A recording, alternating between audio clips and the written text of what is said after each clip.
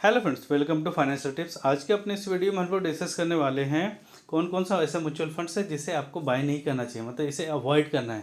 अगर आपको पता होगा कि कौन कौन सा म्यूचुअल फंड आपको अवॉइड करना है तो बाय डिफ़ॉल्ट आप अच्छा गुड क्वालिटी का म्यूचुअल फंड आप सेलेक्ट करेंगे for the long period of time. अगर आपको ज़्यादा रिटर्न चाहिए तो गुड क्वालिटी का म्यूचुअल फंड ही सेलेक्ट करें और इन म्यूचुअल फंड जो आज हम लोग डिस्कस करने वाले हैं इसे अवॉइड करें। तो आगे बढ़ने से पहले अगर आप मेरे चैनल पर पहली बार आएँ तो सब्सक्राइब करें, बेल आइकन प्रेस करें ताकि लेटेस्ट वीडियो का नोटिफिकेशंस आपको मिलता रहे। सबसे पहला जो यहाँ पे कैटेगरी आ जाता है that is hybrid mutual funds. Hybrid mutual fund को इसलिए अवॉइड करेंगे क्योंकि इसका जो एक्सपेंस रेशियो सेम होता है as it is of other mutual funds like large cap, mid cap, flexi cap. उसके एग्जांपल से भी हम लोग समझ लेंगे। आज हाइब्रिड म्यूचुअल फंड में भी अलग अलग कैटेगरीज है like balance hybrid mutual fund, aggressive hybrid mutual funds और conservative hybrid mutual fund. Balance में क्या करता है, इक्विटी में लगभग 40 to 60% इक्विटी में रहता है और 40 to 60% डेप्थ में रहता है। फॉर एग्जांपल अगर मान लीजिए अगर इसने 50% इक्विटी में लगाया तो 30% डेप्थ में लगाएगा, कुछ पैसा कैश में रखेगा। और एग्रेसिव में 65 to 80% इक्विटी में लगाते हैं, 20 to 35% डेप्थ में लगाते हैं। कंजर्वेटिव में 10 to 25% इक्विटी में और 75 to 90% डेप्थ फंड में लगाते हैं। तो इस फंड को हम लोग अवॉइड करना है क्योंकि इसका एक्सपेंस रेशियो सेम है as it is of large cap, mid cap, flexi cap अगर हम कंपैरिजन करेंगे तो। फॉर एग्जांपल के तौर पे अगर देखें तो यहाँ पे सबसे बेस्ट जो होता है हाइब्रिड फंड में एग्रेसिव हाइब्रिड फंड, जिसमें कि इक्विटी में ये ज़्यादा इन्वेस्ट करते हैं। तो इसमें अगर सबसे बेस्ट फंड ले लें Canara Robeco equity hybrid fund, मैंने यहाँ पे सेलेक्ट कर लिया है hybrid aggressive hybrid fund category में से। और फिर देन मेरा asset emerging blue chip fund select कर लिया है that is large and mid cap category से।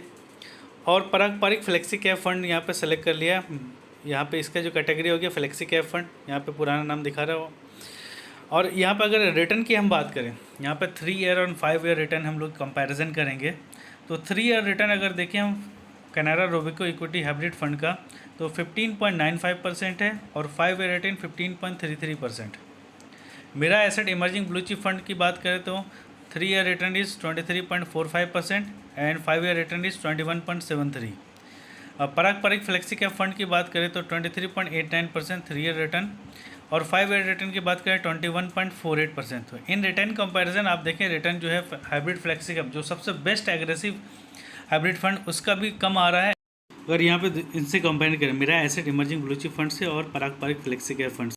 एक्सपेंस रेशियो की अगर हम बात कर ले तो यहाँ पे देखिए Canara Robeco equity hybrid fund का जो 0.67% एक्सपेंस रेशियो है, मेरा एसेट इमर्जिंग का 0.7% और पारंपरिक फ्लेक्सी कैप का 0.89%। तो यहाँ पे अगर हम कंपैरिजन करेंगे in terms of expense ratio तो ये जो एक्सपेंस रेशियो हाइब्रिड फंड का same as it is of जो इक्विटी फंड में है, जो ज़्यादा इक्विटी में लगा रहा है तो उसके बराबर ये एक्सपेंस रेशियो ले रहा है। तो हम सेम एक्सपेंस रेशियो दे करके क्यों ना ऐसा फंड चूज़ करेंगे जहाँ से हमें रिटर्न इन लॉन्ग टर्म ज़्यादा मिले। अगर इसका एक्सपेंस रेशियो कंपेयर करेंगे यहाँ पे एक्सिस ब्लू चिप से तो एक्सिस ब्लू चिप देखिए मात्र 0.49% ही आपका यहाँ से एक्सपेंस रेशियो ले रहा है। सेकेंड कैटेगरी आ जाता है that is funds of fund, FOF। Funds of funds का मतलब है कि ऐसा म्यूचुअल फंड जो कि अदर म्यूचुअल फंड्स में इन्वेस्ट करता है, मतलब इसके जो फंड मैनेजर होते हैं वो अदर म्यूचुअल फंड स्कीम को अपने पोर्टफोलियो में रखते हैं। तो इस म्यूचुअल फंड्स को भी हमें अवॉइड करना है जो FOF सेक्टर में इन्वेस्ट करते हैं, फंड्स ऑफ फंड्स में इन्वेस्ट करते हैं, क्योंकि यहाँ पे जिस म्यूचुअल फंड में इन्वेस्ट कर रहा है उसका भी एक्सपेंस रेशियो आ जाएगा और FOF का जो एक्सपेंस रेशियो है उसका भी आ जाएगा। तो ऐसे फंड्स को भी अवॉइड करें, फंड्स ऑफ फंड्स को भी अवॉइड करें।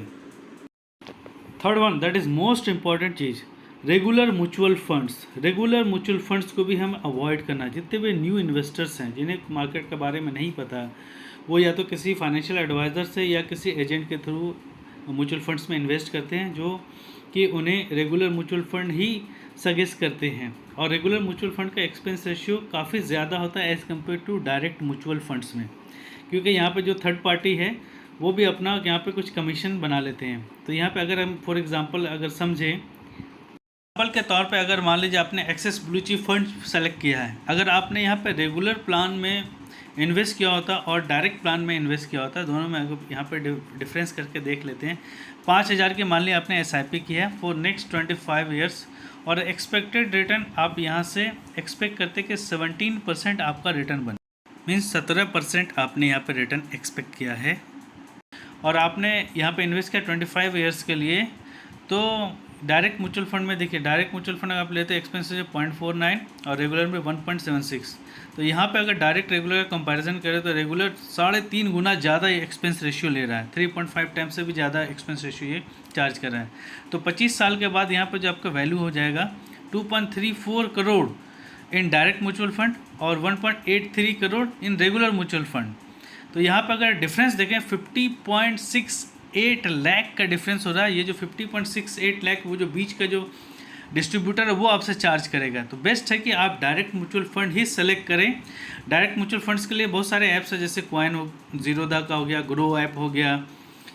अच्छा, क्वाइन अगर जीरोधा पे अगर आप अपना अकाउंट भी ओपन करना चाहते हो तो मैं नीचे डिस्क्रिप्शन में लिंक दे दूँगा, वहाँ पर जा करके आप उस लिंक के थ्रू अपना अकाउंट ओपन कर सकते हैं। या फिर बहुत सारे म्यूचुअल फंड्स अपने वेबसाइट के through like axis mutual fund के म्यूचुअल फंड में आप इन्वेस्ट करना चाह रहे हैं तो उसके ऐप के थ्रू भी आप डायरेक्ट म्यूचुअल फंड खरीद सकते हैं।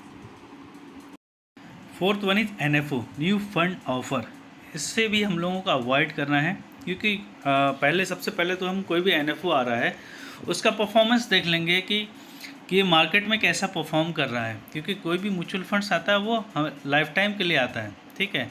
उसका परफॉर्मेंस देख लेंगे, उसका परफॉर्मेंस अगर अच्छा है तब हम उसमें इन्वेस्ट करेंगे, ठीक है। NFO में भी हमें अवॉइड करना है, इससे दूर रहना है। कोई भी डिस्ट्रीब्यूटर के थ्रू हमें NFO में इन्वेस्ट नहीं करना है। Last one that is sectoral oblique thematic funds, जो कि पर्टिकुलर एक सेक्टर्स में ही इन्वेस्ट करते हैं, like FMCG sector, real estate sector, IT sector, pharma sector. जैसा कि हम लोगों ने लास्ट ईयर देखा था कि IT सेक्टर और फार्मा सेक्टर बहुत अच्छा बूम किया था। तो कोई पर्टिकुलर सेक्टर किसी एक फाइनेंशियल ईयर में हो सकता है बहुत अच्छा परफॉर्म करे, but next to next financial year वो अच्छा करे कि नहीं करे वो कहना मुश्किल है। तो बेस्ट है कि अपने पोर्टफोलियो को बहुत अच्छे से म्यूचुअल फंड में डाइवर्सिफाई कराएं, कोई बेस्ट फंड सेलेक्ट करें जहां पे हर एक कैटेगरी का सेक्टर आ जाए। तो ऐसे म्यूचुअल फंड्स में ही इन्वेस्ट करें और सेक्टरल थीमेटिक फंड से दूर रहें, इसमें इन्वेस्ट नहीं करें। यहाँ से अगर हम समराइज़ करें तो इन 5 कैटेगरी के फंड्स को हमें सेलेक्ट नहीं करना है, इन्हें अवॉइड करना है और कोशिश करें कि बेस्ट क्वालिटी का म्यूचुअल फंड्स खरीदें जो कि आपको कंसिस्टेंट अच्छा रिटर्न दें इन लॉन्ग टर्म के लिए, क्योंकि हम लोग म्यूचुअल फंड्स में इन्वेस्ट करेंगे तो लॉन्ग टर्म के लिए इन्वेस्ट करेंगे। तो यहाँ पे आपको मोस्ट इंपॉर्टेंट है कि एक कंसिस्टेंट रिटर्न चाहिए और एक गुड रिटर्न चाहिए इन लॉन्ग टर्म। तो आज के लिए इतना ही, मिलते हैं अपने नेक्स्ट वीडियो में। Thanks for watching financial tips. अगर आप भी अपने पोर्टफोलियो का रिव्यू कराना चाहते हैं तो कमेंट करके कमेंट बॉक्स में बता सकते हैं, या फिर डिस्क्रिप्शन में दिए गए मेल ID पे मेल करके आप अपने पोर्टफोलियो का रिव्यू करा सकते हैं। वीडियो पसंद आए तो लाइक करें, सब्सक्राइब करें और ज़्यादा से ज़्यादा अपने दोस्तों को भी शेयर करें। अगर कुछ क्वेरी हो आपकी तो कमेंट बॉक्स से कमेंट करके पूछ सकते हैं।